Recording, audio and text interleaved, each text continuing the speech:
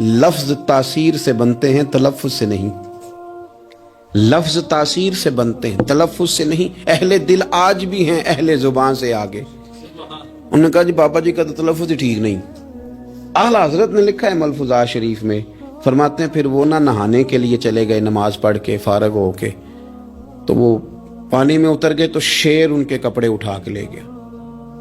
اب کتنی کو دیر پانی میں رہتے، نکلے بھی تو کیسے نکلے، شرم آتی ہے۔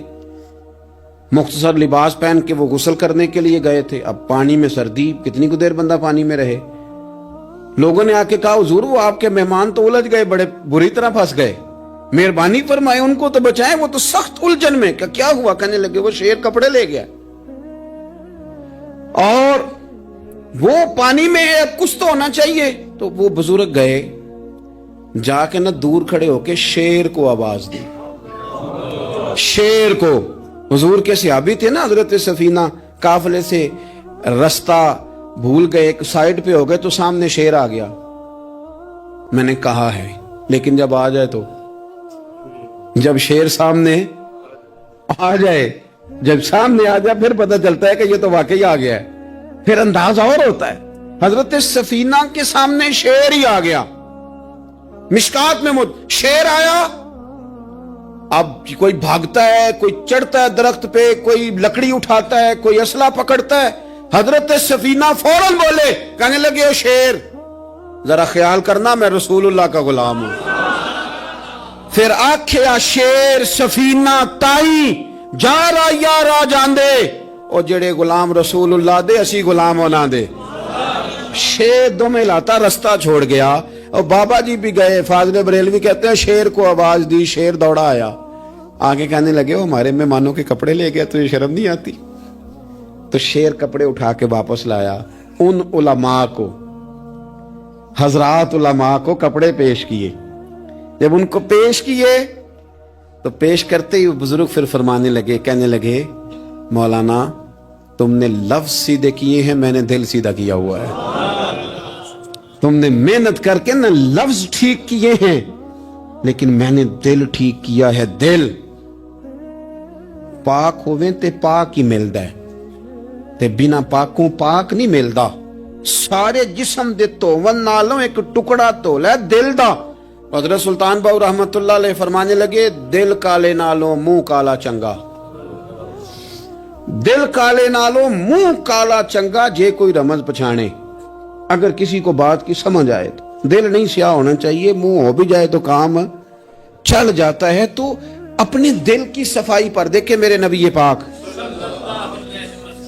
علیہ وسلم نے ارشاد فرمایا کہ رب نہ تمہارے مال دیکھتا ہے نہ چہرے دیکھتا ہے، رب تو تمہارا دل دیکھتا ہے۔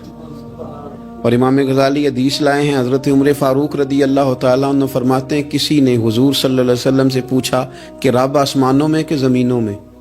جلوے تیری ذات کے کو بکو ہیں، جدھر دیکھتا ہوں ادھر تو ہی تو ہے۔ اللہ زمینوں میں کہ آسمانوں میں؟ تو حضور فرمانے لگے رب تو بندہ مومن کے دل میں رہتا ہے، اللہ تو مومن کے دل میں ہے۔ مومن کے دل میں کتنا بڑا ہے وہ دل جس میں رب ہے، رب کی یاد ہے، رب کی محبت ہے۔ اس لیے حضرت عمر فرمایا کرتے تھے میں نے دل کی آنکھوں سے اپنے مالک کی زیارت کی ہے۔ اور اقبال نے شاید اسی لیے مشورہ دیا تھا کہ دل بینا بھی کر خدا سے طلب، آنکھ کا نور دل کا نور نہیں، اللہ سے آنکھوں والا دل مانگ، اندھا نہ ہو جائے کہیں تیرا دل، دل بینا بھی کر خدا سے طلب، آنکھ کا نور دل کا نور نہیں۔ عزیز بھائی اللہ کے جلوے، لیکن ایک بات ذہن میں رکھنا، کسی گلاس میں تھوڑی سی غلاظت ہو نا، دودھ تو دور رہا، شہد تو دور رہا، اس میں کوئی پانی بھی نہیں پیتا۔ تھوڑی سی غلاظت ہو اور آپ کی آنکھوں کے سامنے وہ غلاظت دھل بھی گئی، صاف بھی ہو گئی، شرعی تقاضے پورے ہو گئے، پھر بھی کچھ لوگ کہتے ہیں میری طبیعت نہیں مانتی، میرا دل نہیں مانتا۔ صحیح کہہ رہا ہوں میں؟ اور بھائی اتنی سی غلاظت گلاس میں تھی اور سادہ پانی نلکے کا، تو اس میں پینا پسند نہیں کرتا۔ اور اگر دل غلاظت سے بھرا ہو تو رب کی محبت وہاں آئے گی، خدا اپنا قرب وہاں رکھے گا۔ کسی سے جلنا، کسی سے حسد کرنا، کسی کے بارے میں عداوت رکھنا، کچی بولیاں بولنا۔ اور اب تو اتنا عجیب حال ہو گیا، جماعتیں جماعتوں کے بارے میں برا خیال کرتی ہیں، خانقاہ اور آستانوں کا یہ حال ہے کہ سبق پڑھایا جاتا ہے دوسرے کے خلاف، بس ہم ٹھیک ہیں، یہ تصوف ہے، یہ نرا تو ٹھیک ہے، طریقت تو یہ تھی کہ میں ٹھیک نہیں باقی سارا زمانہ ٹھیک ہے، تو کس چکر میں پڑا ہوا ہے؟ اعلیٰ حضرت فاضل بریلوی رحمت اللہ تعالیٰ علیہ کے ایک درویش تھے، تو فاضل بریلوی رحمت اللہ علیہ سے کہنے لگے میں نے مرید ہونا ہے، فرمانے لگے پتر جلدی نہ ہو، جا سارا زمانہ دیکھ، اگر کوئی میری طرح کا مل گیا، مجھ سے بہتر مل گیا تو پھر میرے ساتھ وعدہ کر وہیں رہ جانا، ہاں اگر تیرے خیال میں نہ ملا تو پھر آنا، جا گھوم زمانہ دیکھ۔ یہ کیا بات ہوئی کہ آپ نفی کرنے لگے سارے زمانے کی اور کہیں صرف میں ہی ٹھیک ہوں، فقط میں ہی ٹھیک ہوں، یہ طریقت ہے؟ اور تصوف والے تو لوگ یہ کہا کرتے تھے میں تے بندہ ٹھگ جے لوکو، میں تے بندہ چور، اور جس دا خلقت کلمہ پڑھ دی او محمد ہور۔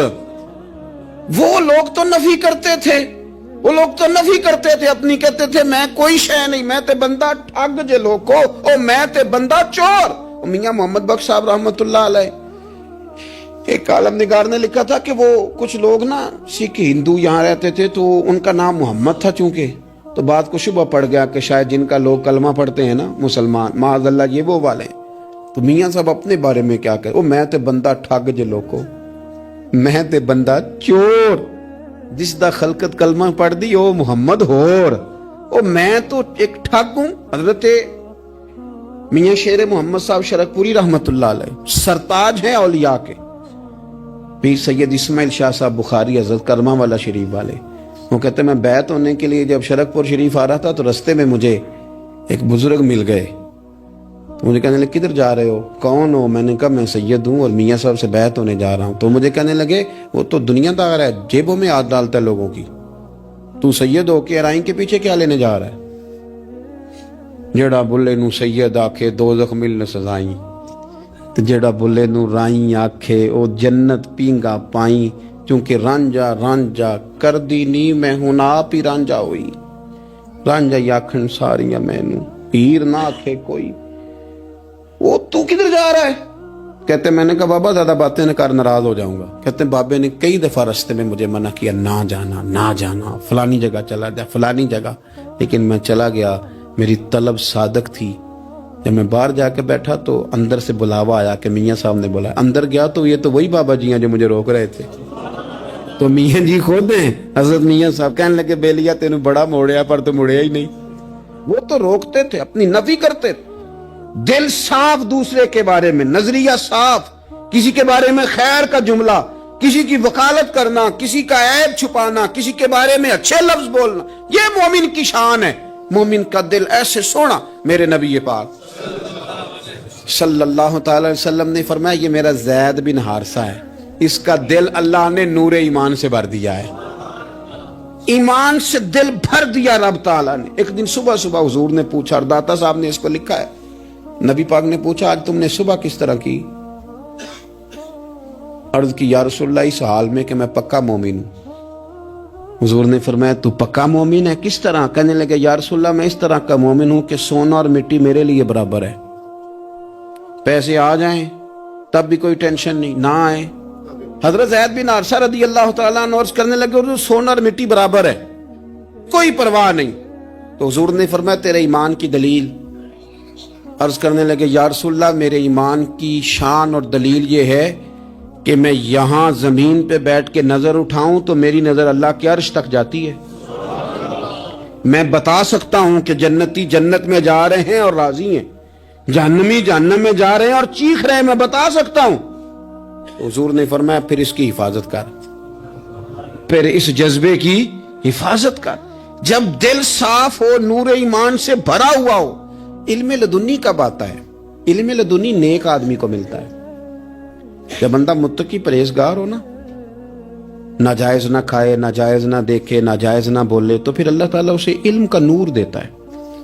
جو لوگ کہانیوں میں الجھ جاتے ہیں نا، زیادہ باتیں کرتے ہیں، زیادہ گھومتے ہیں، زیادہ سازشی عناصر کا شکار ہوتے ہیں، ان کے تو حافظے کمزور ہو جاتے ہیں، یاد ہی نہیں رہتا، باتیں اتنی کرتے ہیں پتہ نہیں سویرے کیا کہا تھا دوپہر کو کیا کہہ رہے ہیں۔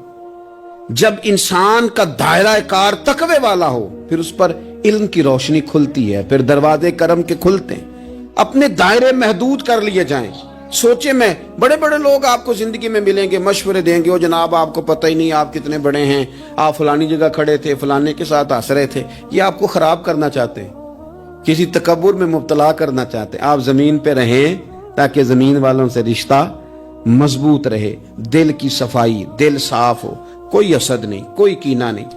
پتہ ہے سب سے بڑی بیماری کیا ہے بندے کی؟ خوفناک علامت کیا ہے دل کے بیمار ہونے کی؟ کہ کوئی بندہ بیماری میں ہے اور ادھر ایک بندہ اس کو دیکھ کے خوش ہو رہا ہے. کسی کو زوال آ گیا ہے، کاروبار ڈوب گیا ہے اور یہ دیکھ کے خوش ہو رہا ہے. مر گیا ہے اس کا دل، مردہ ہے، اندر کوئی دل نہیں. اب یعنی ایک بندہ رسوا ہو گیا اور یہ خوش ہو رہا ہے، دیکھا میں نے نہیں کہا تھا. جب کوئی کسی کی رسوائی، کمزوری اور کسی کے زوال پر راضی ہونے لگے تو پھر سمجھ لے کہ اس کا حال اتنا برا ہو گیا ہے کہ اب یہ اخلاقی طور پر مردہ زندگی گزار. ہمارا اب یہ حال ہے کہ ہم لوگوں کے دکھوں پر ہنسنے لگے. ہم کسی کے ہاں کوئی شخص تکلیف میں آتا ہے تو ہم اس کو کہکہوں میں اڑاتے ہیں. یارو زندہ قومیں یہ کام نہیں کرتی، زندہ قومیں یہ کام نہیں کرتی. میرے نبی پاک صلی اللہ علیہ وسلم نے فتح کے موقع پر بھی گردن کو جھکا کے بتایا کہ جب رب عروج دے تو پھر اللہ کی بارگاہ میں جھک جایا کرو. کسی شخص کے پتہ ہے ایک حدیث سنو، یہ مسلم شریف میں موجود ہے. حضور نے فرمایا ایک بندہ گناہ کرتا تھا، پھر اس نے توبہ کر لی. اگر کسی نے دوبارہ اسے وہ گناہ یاد کرایا کہ تو یوں ہوتا تھا، اگر کسی نے اسے دوبارہ گناہ یاد کرایا تو یاد کرانے والے کو اللہ سزا کے طور پر مرنے سے پہلے پہلے اس گناہ میں مبتلا کر دے گا. خفیہ تدبیر آئے گی اللہ. جس کو اللہ نے معاف کر دیا، زمین آسمان بھول گئے، فرشتوں کے دفتر سے اس کا گناہ محو کر دیا گیا، تو نے کیوں یاد رکھا؟ لیکن ہمارے دل اس طرح کے ہیں، خیر کی خبریں نہیں دیتے. ہم خیر کی خبر نہیں دیتے، مثبت بات نہیں کرتے. ہمارے رویے دوسروں کے بارے میں سخت ہیں. یعنی بہو سے، داماد سے اختلاف ہو گیا، پھر اس نے معافی مانگ لی، پھر ہم نے معاف کر دیا، پھر ایک سال کے بعد دوبارہ لڑائی ہوئی تو پچھلی بات دوبارہ یاد کرنی چاہیے تھی. اس کی تو معافی دے دی تھی آپ نے، لیکن آپ نے پھر یاد کر لی وہ بات. اس کا مطلب ہے آپ نے صلح کی تھی، دل صاف نہیں کیا تھا. دل جب آپ صاف کر لیں تو پھر معاملہ ختم ہو گیا. پھر آپ پھر نکال پھینکے ساری چیزیں. مسند امام احمد بن حنبل میں حدیث ہے، حضرت انس بن مالک رضی اللہ تعالیٰ عنہ کہتے ہیں میں بھی بیٹھا تھا، حضرت عبداللہ ابن عمر رضی اللہ تعالیٰ عنہ بھی حضور کی بارگاہ میں بیٹھے تھے. نبی پاک صلی اللہ تعالیٰ علیہ وسلم نے فرمایا ابھی ایک شخص تمہارے پاس آنے والا ہے، تیاری کر لو، آنے والا جنتی ہے. کہتے ہیں ایک شخص اندر داخل ہوا تو سادہ سا بندہ، داڑھی سے پانی کے قطرے گر رہے، جوتے ہاتھ میں پکڑے یا بغل میں دبائے، وہ آ گیا، حضور سے بات چیت کی، چلا گیا. ہم بڑے خوش تھے کہ کمال نہیں ہو گیا جس کو حضور نے دنیا میں جنت کی بشارت عطا کر دی. اگلے دن اس نے اتفاق، ہم اسی جگہ اسی حال میں بیٹھے تھے کہ پھر محبوب نے فرمایا بھی ایک بندہ آنے لگا، جنتی ہے. کہتے ہیں وہ بندہ آیا تو دیکھ کے حیران ہو گئے، یہ تو وہی کل والا ہی بندہ ہے. اسی طرح داڑھی سے پانی کے قطرے گر رہے ہیں، جوتے اس کی بغل میں آ کے بیٹھ گیا. تیسرے دن اللہ کی قدرت ہم وہیں بیٹھے تھے، پھر حضور نے فرمایا بندہ آنے لگا، زیارت کر لو، تیاری کر لو، بندہ جنتی ہے. وہی بندہ آیا جو پہلے 2 دن آیا تھا. حضرت عبداللہ ابن عمر کہتے ہیں کہ وہ حضور سے کوئی بات چیت کر کے جانے لگا تو میں اس کے پیچھے ہو گیا. میں نے اس کو جا کے سلام کے بعد کہا کہ یار میں تیرا مہمان بننا چاہتا ہوں، 3 راتوں کے لیے رکھ لو گے؟ اب محلہ بھی ایک، شہر بھی ایک. اس نے کہا جی ٹھیک ہے آ جائیں، جو میرے پاس روکھا سوکھا ہوگا پیش کر دوں گا. فرماتے ہیں 3 راتیں 3 دن میں اس کے پاس رہا. میں جاننا چاہتا تھا کہ کون سی ایسی عبادت کرتا ہے جس کی وجہ سے 3 دن حضور نے جنت کی بشارت اس کے لیے دی، اعلان فرمایا. کہتے ہیں میں نے کوئی غیر معمولی چیز نہیں اس کے اندر دیکھی، کوئی انوکھی عبادت نہیں دیکھی. عشاء پڑھتا، فجر تک سویا رہتا، میں تہجد کے وقت اٹھتا، نفل پڑھتا. 3 راتیں یہ ہوتا رہا. ہاں جب وہ کروٹیں بدلتا تو اللہ اکبر اللہ اکبر کہتا، باقی وہ سویا ہے، فجر میں اٹھا ہے. صدقہ بھی وہ خاص نہیں اس نے دیا، خیرات بھی میں اس سے زیادہ کرتا رہا، مجھے کوئی خاص چیز نظر نہیں آئی. تیسرے دن میں جانے لگا تو میں نے اسے کہا یار سن، مجھے کوئی ضرورت نہیں تھی تیرے گھر میں قیام کرنے کی، میرا گھر قریب ہی ہے۔ وہ تو کمال یہ ہے کہ نبی کریم علیہ السلام نے اپنی زبان فیض ترجمان سے، یعنی وہ زبان جس کو سب کن کی کنجی کہیں، اس کی نافذ حکومت پہ لاکھوں سلام، حضور نے 3 دن تجھے مسلسل جنتی کہا ہے۔ میں تو دیکھنے آیا تھا کہ تیرے اندر کوئی عمل ہو تو میں بھی وہ شروع کروں۔ تو وہ کہنے لگا یہی ہے جو آپ نے دیکھ لیا ہے، فرض نماز ہی پڑھتا ہوں، روٹین کے کام ہی کرتا ہوں، کوئی خاص چیز تو میرے پاس کوئی نہیں۔ حضرت عبداللہ ابن عمر فرماتے ہیں میں نے تو سمجھا کہ میں تو اس سے زیادہ خیر کے کام کرتا ہوں۔ اب میں سوچتا ہوا وہاں سے نکلنے لگا کہ پھر کیا خاص بات ہے جو نبی پاک نے 3 دفعہ اسے جنتی کہا ہے۔ جب میں نکلنے لگا نا، دروازے پہ مڑنے لگا تو اس نے آواز دی کہ یار سنو، ایک بات یاد آئی ہے۔ میں نے کہا وہ کون سی؟ کہنے لگا یار جب سے بالغ ہوا ہوں نا، جب سے اللہ نے توفیق اسلام دی ہے، میں نے جب بھی اپنا دل دیکھا ہے نا، جب بھی میرے دل میں کسی کے لیے حسد کوئی نہیں، کوئی عداوت نہیں، کوئی بغض نہیں، کوئی کینہ نہیں، کوئی کیا کر رہا ہے، میرے دل میں سب کے لیے خیر ہی ہے، دل میرا صاف ہے۔ اس کے علاوہ نہیں مجھے پتا کیا عمل ہے۔ حضرت عبداللہ بن عمر کہتے ہیں پھر مجھے سمجھ آ گئی ہے، یہ جو تیرے دل کی صفائی ہے نا، یہ بنیاد بن گئی ہے جس کی بنیاد پر نبی پاک نے تجھے 3 دفعہ جنت کی بشارت عطا فرمائی ہے۔ آپ دل میں میل کچیل رکھ کے نفل پڑھنا، عبادتیں کرنا، ریاضتیں کرنا، صدقات دینا زیادہ نفع بخش نہیں ہوتا۔ دل صاف ہونا تو تھوڑی عبادت بھی کام آ جاتی ہے۔ یہ حدیث بتاتی ہے کہ دل صاف ہو تو تھوڑے صدقے بھی زیادہ نفع کر جاتے ہیں۔ دل پر توجہ دیں۔ سب سے ضروری کام ہے کہ ہم سویرے اٹھ کے اپنے دل سے پوچھیں کہ تیرا لوگوں کے بارے میں خیال کیا ہے، شام کو پوچھیں کہ تیرا لوگوں کے بارے میں رویہ کیا ہے۔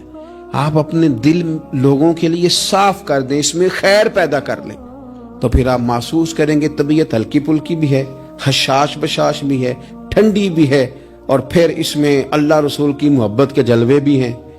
پھر یہ خیر کی طرف ہمیں بلا رہی ہے۔ اللہ تبارک و تعالیٰ توفیق عمل عطا فرمائے۔